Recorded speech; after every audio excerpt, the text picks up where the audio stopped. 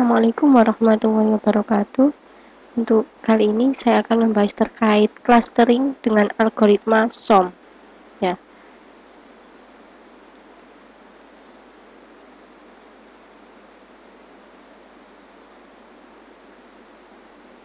Nah, sebelum kita bahas bagaimana algoritma SOM, ini pakai fungsi di library MATLAB ya. Jadi saya menggunakan tool MATLAB karena memang di MATLAB sudah disediakan fungsinya. Terus sebelum kita bahas, sebelumnya hal yang perlu diperhatikan adalah kita harus punya data ya. Nah, datanya harus dalam bentuk angka. Kemudian kalau sudah punya data dalam bentuk angka, maka berikutnya adalah kita tahu mana data yang istilahnya apa ya, yang sebagai input, data inputnya ya, data inputnya yang mana. Terus di sini data inputnya adalah berarti variabelnya, variabel. Ini saya langsung studi kasus.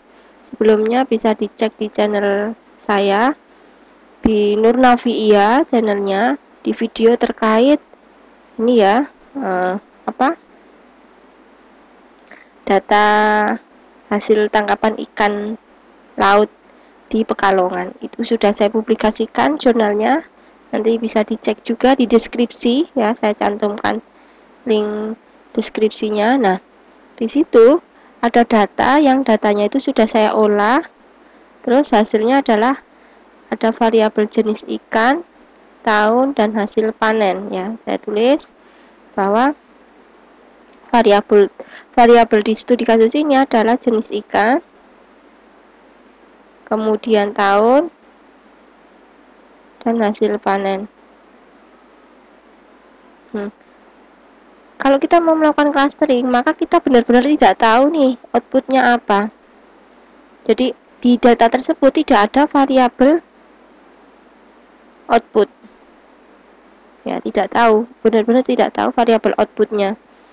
Jadi nanti outputnya adalah hasil clusternya, hasil clustering.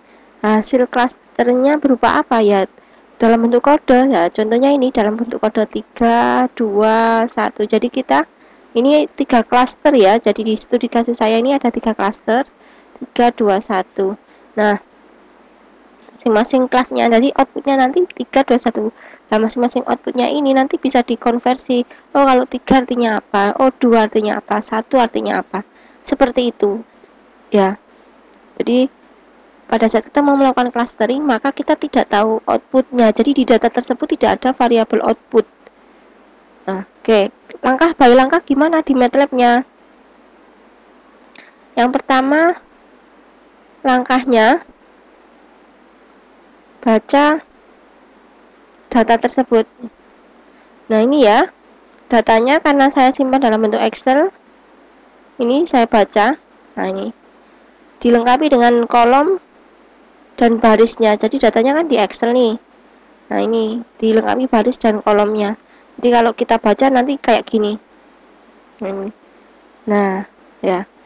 Terus setelah kita baca, ini datanya harus ditransform. Ini ya datanya. Jadi ini adalah fungsi untuk melakukan ditranspose. Transpose paham ya? Transpose itu dibalik. Yang awalnya jadi baris dirubah jadi kolom. Jadi langkahnya adalah baca data, kemudian tentukan variabel inputnya, variabel input. Nah, kemudian variabel inputnya ditranspose menggunakan fungsi ini. Nah, ini. Nah, kalau sudah, misal datanya ini kan total datanya sekitar 300. Ingat saya ada 300. Nah, kita cek ya ini. Oh, maaf kok 300, maaf. 90. Ya, 90 karena ini kan baris pertamanya itu. 90. Terus maka saya tidak perlu menggunakan data training, data testing. Langsung semuanya saya training dan saya lakukan clustering seperti itu. Nah, seperti itu. Nah, kemudian setelah selesai melakukan transpose, ini adalah baris untuk melakukan inisialisasi bobot. Ya, jadi ini adalah proses berikutnya adalah melakukan inisialisasi bobot. Inisialisasi bobot di MATLAB sudah ada nih fungsinya. Nah, self org map. Nah, karena SOM itu kepanjangannya adalah self organism map. Ini kepanjangan adalah self organizing map. Nah, kayak gini. Nah, terus di sini ada kurung siku. Nah, ini angka ini harus disesuaikan. Saya mau buat klasternya berapa? Karena tadi di data saya itu klasternya ada 3. Berarti di MATLAB-nya ini dikasih angka 3. Kalau nanti klasternya ada 2, berarti dirubah di sini 2. Seperti itu. Nah, selanjutnya kalau mau melihat bobot yang dibuat itu berarti bobot yang telah diinisialisasi tadi. Kalau mau dilihat ya ini pakai fungsi ini. Ini fungsi untuk melihat nilai bobot inisialisasi. Ya. Terus berikutnya lah baru ini melakukan training. Nah, ini. Jadi net itu adalah arsitekturnya atau jaringannya yang sudah diinisialisasi bobotnya. Terus ini adalah datanya. Nah, berikutnya langsung dilakukan training. Jadi berikutnya melakukan training. Nah, ini fungsinya adalah cukup train kayak gini. Ini ya baris ini, baris 5. Nah, terus berikutnya kalau mau melihat hasil bobot trainingnya, yaitu di sini nih. Nah, ini untuk melihat hasil bobot trainingnya. Kalau misalkan ini tidak dipakai nggak apa-apa, Bu. Boleh, nggak apa-apa. Ini dikasih tanda komentar. Nah, nggak masalah. Kenapa? Karena ini hanya untuk melihat saja, nanti mau dilihat.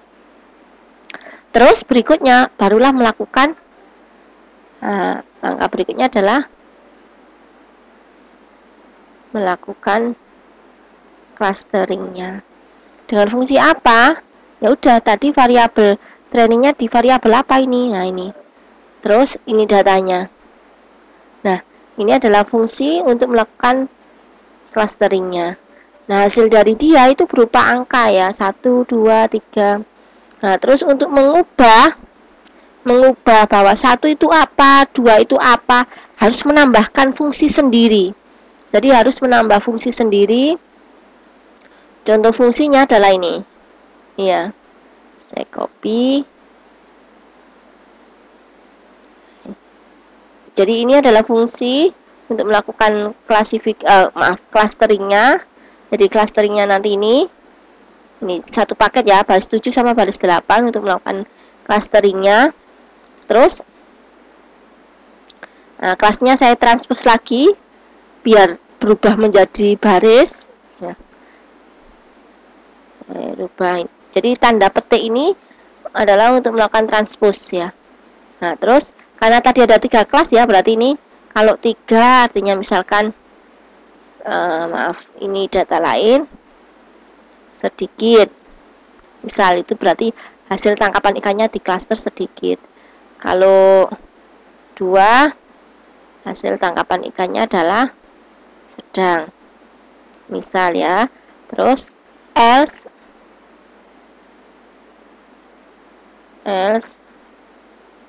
saya copy.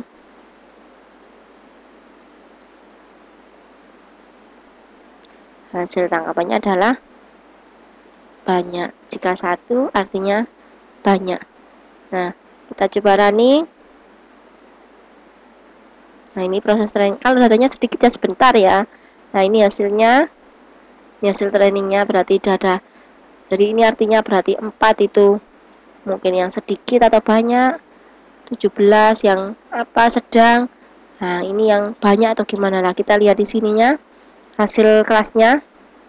Nah, ini sedikit, sedang, sedikit. Nah, berarti yang mana tadi? Nah, yang ini berarti yang banyak, ini sedang, ini sedikit. Ini akan berubah-ubah karena setiap training akan berubah, tapi hasilnya tidak akan beda jauh, jadi jumlahnya nggak akan beda jauh ya, karena memang model jaringan saraf tiruan, baik itu algoritma backpropagation ataupun SOM ataupun SVM, dia akan melakukan inisialisasi bobot secara random. Nah, inisialisasi bobotnya itu antara 0 sampai 0,5. Ada yang menyebutkan antara min 0,5 sampai 0,5. Itu dari apa ya? Kayak sudah ada konsepnya seperti itu. Nah, jadi langkah by langkah dari algoritma jaringan saraf tiruan, baik itu clustering ataupun klasifikasi ataupun prediksi, langkah pertamanya pasti ada membuat arsitektur jaringannya. Mohon maaf, arsitektur jaringannya. Jadi untuk membuat arsitektur jaringannya ya ini, maaf, yang ini ya. Nah, ini membuat arsitektur jaringan. Ini akan berbeda-beda sesuai algoritma jaringan saraf tiruannya.